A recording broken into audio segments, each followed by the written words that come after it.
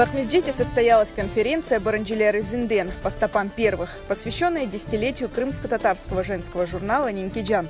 В салоне Ешляда собрались герои, читатели журнала, общественные деятели. Отметить свой первый серьезный юбилей коллектив «Нинкиджан» решил проведением конференции, рассказывающей о деятельности женщин в Крыму. Организаторами выступили студия «Караденис Продакшн» и салон Ешляда.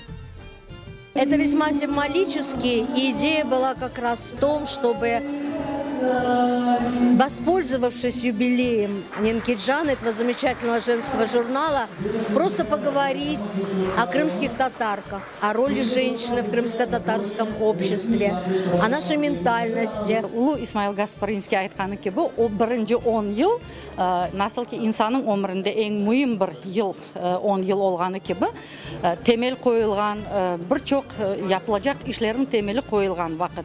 Bizim de biz sayamız ki bu 10 yıl içinde biz bir kavi temel kurabildik.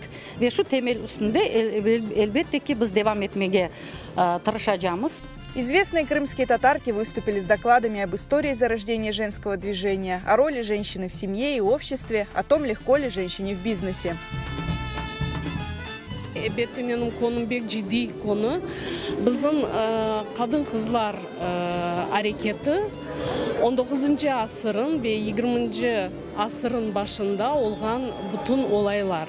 Elbette o zaman bizim kadınlarımız biz için o kadar temelli bir yol açtılar. Çünkü bugüne kadar biz onların yolundan devam etemiz. Men Allah kısmet etse bizim Бақчысарай тарихи-медени қорлығында фондларында сақланып қалған Алемин Исван дергісі ақында айтacağım. Оны инжелемесini yaptım, analizini yaptım ve böyle meraklı malumatlar çıktı ve en erте çıkan numunevi sanı var bizde 1905 senesi çıkan, ondan gayrı 1906 yılında çıkan soyu da var.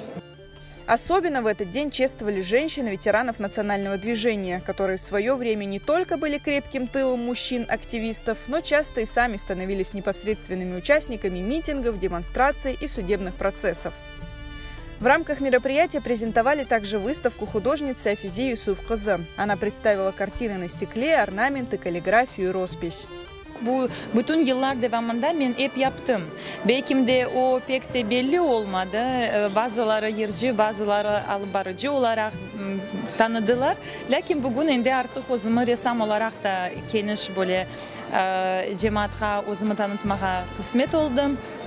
Asıl zanatım evet ressam ve bu işini pek seviyorum.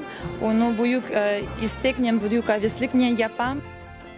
Первый номер журнала «Нинкиджан» увидел свет 3 марта 2011 года. Тогда группа инициативных женщин решила возродить одноименный журнал, который выпускали студентки Симферопольского женского педагогического училища в 1922 году. Поэтому и конференцию в честь юбилея назвали «Баранжилер и Зинден» по стопам первых. За 10 лет коллектив журнала выпустил 30 номеров. Героями «Нинкиджан» становятся и женщины, и мужчины.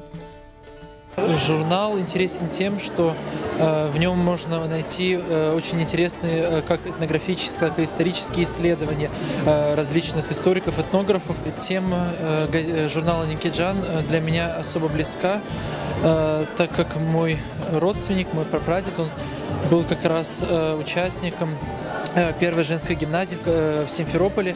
Он, если не ошибаюсь, финансировал это учреждение.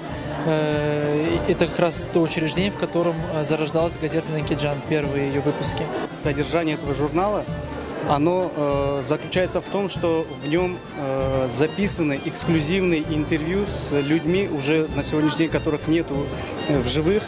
Вот, но в журнале можно подчеркнуть эту ценную информацию. И что немаловажно, этот журнал выходит на латинице, что также является большим плюсом для нашего народа. За эти 10 лет этот журнал – это действительно аккумуляция, ну, будем говорить, в сфере культуры, образования, науки, в тюркском мире место и роль женщины.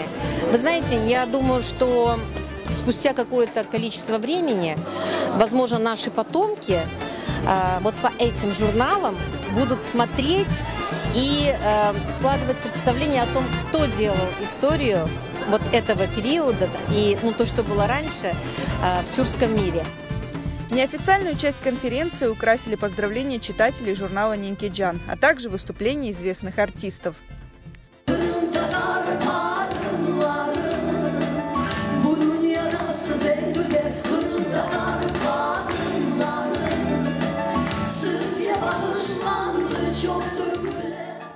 Завершилось мероприятие ифтаром, коллективным разговением.